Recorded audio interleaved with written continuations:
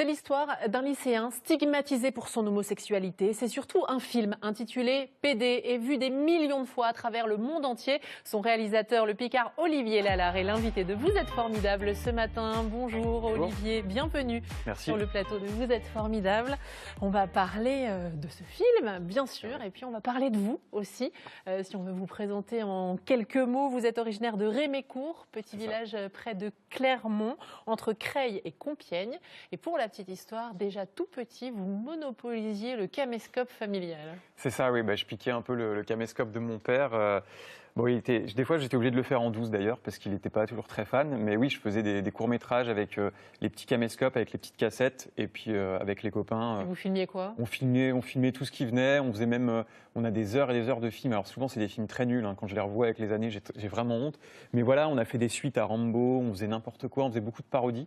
Et puis on faisait des tests aussi d'effets spéciaux. Je me souviens avoir fait des vidéos avec des bras cassés, des bonhommes Playmobil aussi qui avancent tout seuls, du stop motion en fait.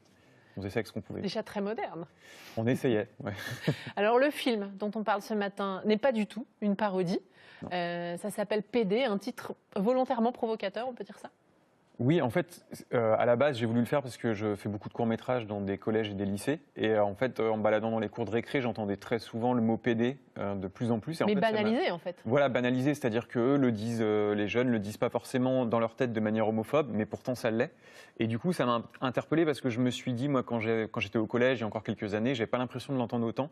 Donc finalement, on dit qu'il est choc, mais il l'est pas tant que ça, puisque le terme est banalisé. Et d'ailleurs, pas que dans les cours de récré, malheureusement, même dans les discussions de gens qui ont la trentaine, la quarantaine. Et puis, ça a été, je l'ai appris entre-temps, mais ça a été l'insulte la plus utilisée selon des sondages l'année dernière. Donc, je me suis dit, il faut quand même interpeller sur ça, quoi. Vous avez la trentaine. Je le précise justement parce que vous avez l'air très jeune. On pourrait même imaginer que c'est vous qui jouez dans le film des lycéens. Vous avez de la chance. 35 ans 33. 33, voilà, je vous vieillis maintenant. Et ce film s'inspire un peu de votre vie. On va en parler dans un instant, mais d'abord, on regarde la bande-annonce. Arrête, mec, regarde comment elle est bonne, sérieux.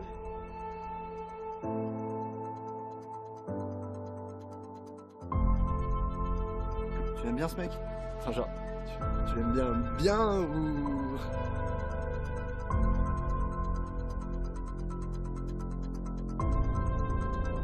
Tu nous esquives ou quoi? C'est quoi ce délire? Vraiment, tout le monde dit que je suis pédé, t'es au courant de ça? Et vas-y, parle même pas avec moi là. Si t'es pédé, dis-le-nous, ça ira plus vite.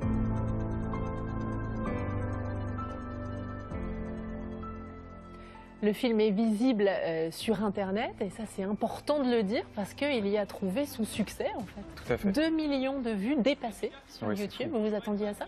Non. Honnêtement, non, on ne peut pas prévoir vraiment le succès sur YouTube puisqu'on n'a pas fait de campagne, on n'a rien payé pour ça, on n'a pas fait de publicité, donc c'est vraiment venu assez naturellement. Après, c'est vrai qu'on avait fait vivre le film pendant 1 an et demi dans les festivals. Donc, il a été primé 4 fois d'ailleurs. C'est ça, oui, tout à fait. Notamment au Festival des lycéens. Et puis on a eu quelques projections aussi en cinéma, on a eu la chance d'avoir des cinémas qui nous ont ouvert leurs portes, notamment dans la région Hauts-de-France. Donc ça c'est super et je tiens à les remercier encore une fois. Et dans ces projections, on a commencé à voir... Il y en aurait eu plus s'il n'y avait pas eu la situation sanitaire, malheureusement. Et vous disiez dans les projections, les réactions sont intéressantes. Les réactions étaient fortes. Et puis déjà, on voyait que les salles étaient combles. Ça nous a fait très bizarre. On a fait une projection à Rouen, on a eu 200 personnes, alors qu'on connaît personne à Rouen. Donc on s'est dit, waouh, qu'est-ce qui se passe? Donc déjà, on a senti une petite émulation autour du film. Et à la fin des projections, oui, on avait des réactions fortes. Parfois, on a eu des gens qui pleuraient. Je me souviens d'une projo à Clermont où on a une jeune fille qui est partie s'enfermer dans les toilettes pendant 15 minutes. D'ailleurs, on a eu un peu peur. Mais voilà, ça fait partie des choses qui nous ont un peu dépassés. Et oui, on s'est dit, voilà, il se passe quelque chose, effectivement. Moi, j'ai pleuré, j'avoue. 35 minutes, on dit moyen métrage, je dis court métrage depuis le début, mais c'est plutôt un moyen métrage. Mais on ne voit pas les minutes passer, d'ailleurs, cela dit. La destination de ce film, c'est aussi d'être projeté dans les écoles. D'ailleurs, il a été tourné dans un lycée de l'Oise. Vous avez été projeté aussi à l'Assemblée nationale. Oui. Vous avez l'impression de faire bouger les choses, du coup? Après, c'est vrai qu'à l'Assemblée nationale, ce qui nous a fait bizarre, c'est qu'effectivement, on avait des ministres et des députés de tous bords, d'ailleurs, ça c'était intéressant. Et on a, je me souviens, une députée à la fin qui s'est levée et qui nous a dit mais je ne pensais pas, honnêtement, que la situation pouvait être comme ça aujourd'hui dans les lycées. Et elle a même dit, j'ai peur pour mes enfants. Et ça nous a fait bizarre parce qu'on a souvent cette image des hommes politiques qui sont un peu déconnectés de la réalité.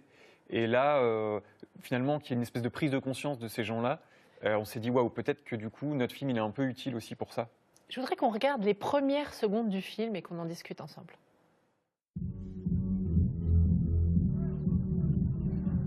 Ok mec, Léa. Ouais, vite fait. Mais mec, arrête de faire ton gars précieux, quoi. Elle est bonne. Mais elle est bof, mec. Genre, vas-y, c'est quoi ton style du coup? Bah, je sais pas, plus grande déjà, c'est sûr. Enfin, pas ce style en tout cas. Arrête, mec, regarde comment elle est bonne, sérieux.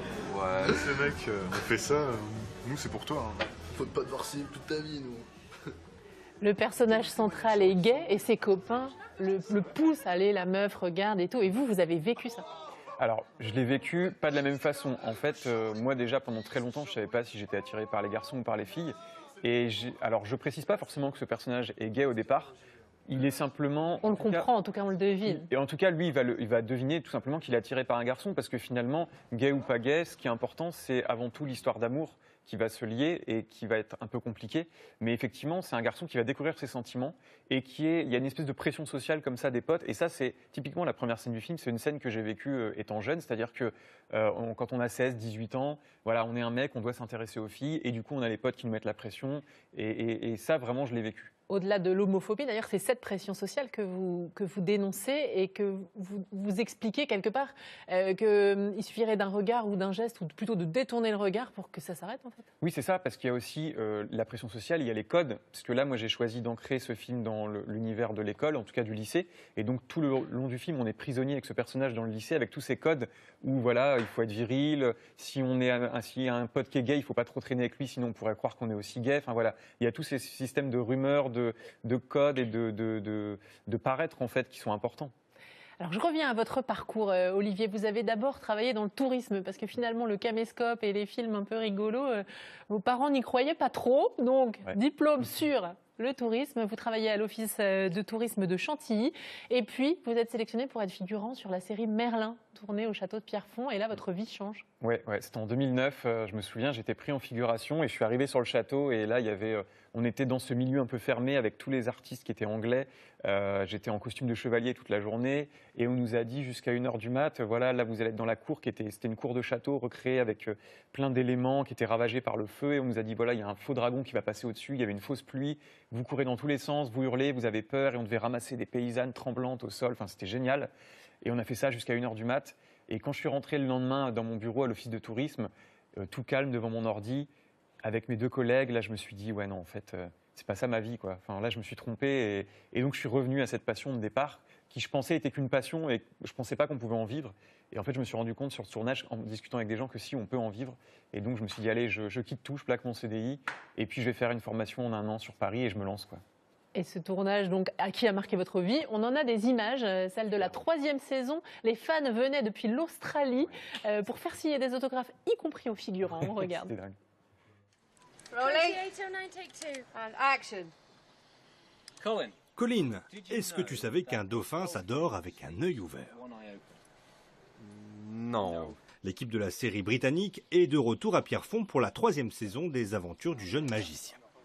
À chaque fois qu'on revient ici, il est toujours aussi fascinant, toujours aussi beau. On a vraiment de la chance d'être ici. Est-ce qu'il est crédible comme château de Camelot? C'est le seul château pour Camelot. Nous n'avons aucun château comme celui-ci en Grande-Bretagne ou en Irlande. Il est unique. Merlin, la série de la BBC, fait un carton dans le monde entier. Diffusée au Canada, en Grande-Bretagne, en Australie, elle rempile d'année en année en racontant l'adolescence de Merlin, Arthur, Lancelot et les autres. Le succès est international et pour le retour du tournage dans le château de Pierrefonds, devenu Camelot, la production doit gérer un nouveau phénomène, les fans qui viennent exprès voir le tournage de leur série préférée. Je suis là pour le tournage. Merlin est une série très populaire en Grande-Bretagne. Je l'aime vraiment beaucoup. C'est mon 4e voyage ici. Vraiment? Oui. Mais l'aventure est aussi un succès pour le château de Pierrefonds, déjà bien connu pour ses nombreux tournages. Ils louent le château et donc ça nous donne une plus grande autonomie financière, c'est évident. Rien qu'au mois d'avril, nous avons eu 200 visiteurs de plus avec maintenant les fans qui commencent à arriver.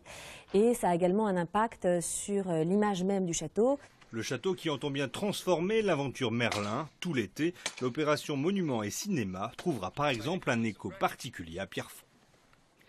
C'est finalement d'être acteur qui a transformé votre vie, qui vous a emmené vers le cinéma. Aujourd'hui, vous réalisez. Qu'est-ce que vous préférez entre les deux? Je préfère la réalisation, mais c'est vrai que depuis, j'ai eu la chance de faire même des petits rôles, là, par exemple sur France 2 dans La Garçonne au mois de septembre. J'aime bien continuer à faire ça à côté, c'est ma passion aussi, mais la réalisation, je me sens plus investi et en tout cas, je trouve que j'ai encore des choses à dire, en tout cas à travers la réalisation. Olivier Lalard est l'invité de Vous êtes formidable ce matin. Et alors, vous avez une devise qui pourrait être celle de Vous êtes formidable, puisque c'est toujours voir le positif, même dans le négatif. C'est votre maman, Annie, qui vous dit souvent ça? C'est vrai, ouais, elle a toujours dit ça depuis qu'on est petit. On a tous des petits coups de mou et elle nous dit toujours, bah, écoute, même si là, tu vois, ça va pas, vois tout ce qui va autour de toi. Et c'était ma grand-mère qui disait ça et depuis, j'essaie de l'adopter à chaque fois que ça va pas. Et est-ce que vous avez pensé à ça quand vous avez tourné le film, par exemple? Quand on tourne un film, on a beaucoup d'embûches. Donc effectivement, oui, on est très souvent en train de se dire il faut repenser au positif. Ouais, parce que le négatif, on en a beaucoup sur les tournages. Ouais. Puisqu'on parle de positif, il y a plein de petites choses positives qui sont arrivées à ce film presque par hasard. Parce qu'il se trouve qu'au dernier moment, vous vous êtes dit, quitte à le mettre sur YouTube, on va le sous-titrer en russe. Oui, ouais, c'était dingue. On a fait ça une semaine avant la sortie du film. Et en fait, dès la sortie du film, on a eu je ne sais combien de commentaires en russe qui étaient dans les top commentaires. Et on s'est aperçu que c'était un des pays qui avait le plus regardé le film dans les 2 premières semaines. Donc on s'est dit qu'est-ce qui se passe, sachant qu'en plus en Russie, la situation sur l'homophobie, c'est très compliqué.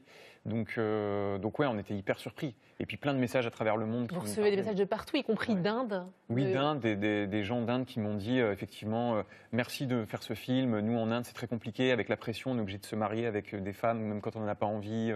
Donc merci de montrer ce film. Et puis, ça vous touche ça? Ouais, ça nous touche beaucoup. Et puis des jeunes aussi qui nous disent grâce à votre film, j'ai trouvé la force d'aller parler, d'aller dire à mes parents. Une jeune anglaise qui m'a dit il y a de ça quelques semaines, avec votre film, j'ai trouvé la force d'aller dire à ma famille que j'aime les femmes.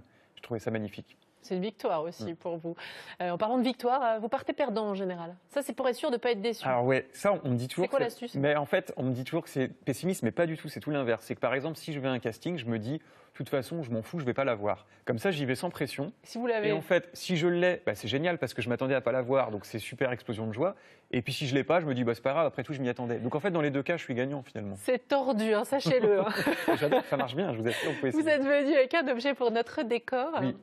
Et c'est Obi-Wan Kenobi. C'est ça, Obi-Wan Kenobi, très bien. Je le sais, c'est parce que vous me l'avez dit avant l'émission, mais sinon je ne l'aurais pas reconnu. Mais vous êtes un fan absolu de Star Wars. Ouais, non, j'aime bien, j'aime beaucoup. C'est un space opéra. Il y a beaucoup de choses qui me parlent depuis tout petit. J'ai une collection d'ailleurs de, je crois, 500 figurines, pas loin. Et je pense que c'est important de garder son âme d'enfant. Donc c'est aussi pour ça que j'ai voulu amener cet objet. Vous l'avez en double, rassurez-moi. Je l'ai en double, sinon je ne l'aurais pas laissé. Parce qu'on va le laisser dans le décor, c'est ça? Oui, il va aller dans notre décor. C'est ça la tradition de Sonia. Vous avez vu un peu tous les beaux objets? Ouais, je regardais tout à l'heure. Ça, c'est les objets apportés par nos invités au fil des saisons. Top. Ça, c'est une autre tradition de Vous êtes formidable, c'est que vous allez choisir une couleur pour un petit questionnaire. Eh bien, le bleu foncé, je veux. Alors, c'est parti pour l'interview de vos premières fois. Justement, le premier film que vous avez tourné, ça parlait de quoi? Alors, c'était We Feel. C'était un film fait avec un téléphone portable en 2011, il y a maintenant 10 ans. Et j'étais un super-héros et on avait utilisé des vieux collants, des vieux trucs de récup. Et ça a cartonné et on a eu 4 prix avec ce film, alors que c'était que de la récup. Et vous tourniez et vous filmiez? Ouais. Vous avez envie de refaire ça? De jouer dans un film que vous filmez? Moins maintenant. Parce que j'ai envie de me focaliser vraiment sur la réalisation. J'ai du mal à me dédoubler, ça fait un peu schizo quand on fait les deux. Mais au début, c'est parce qu'on n'avait pas d'argent, on était obligé de le faire, mais moins maintenant. Votre premier passage télé? Je me souviens plus, mais je crois que c'était une émission, j'étais dans le public, je sais pas si ça compte. Oh si, on va dire que ça. L'émission du Cercle sur une autre chaîne privée, je sais pas si on a le droit de dire le nom. Non, on va pas le dire. Le premier pays que vous avez visité? Pays étranger, je crois que c'était l'Italie. Et d'ailleurs, quand on est arrivé, on s'est fait accueillir et il y avait une espèce de mafia locale avec un mec qui se faisait poursuivre par un bus. Enfin, c'était complètement dingue. C'était en 3e. Je peux en faire un film? Ouais, c'était faire un film. Et votre première histoire d'amour? C'était avec des filles au début et c'était très très jeune quand j'étais à l'école, comment on dit avant l'école maternelle? Avant l'école maternelle? Non, ça commence par l'école maternelle. Ah alors c'est peut-être ça, mais j'étais vraiment très petit. Ouais. Avant c'est la crèche. Merci beaucoup, Olivier Lalard.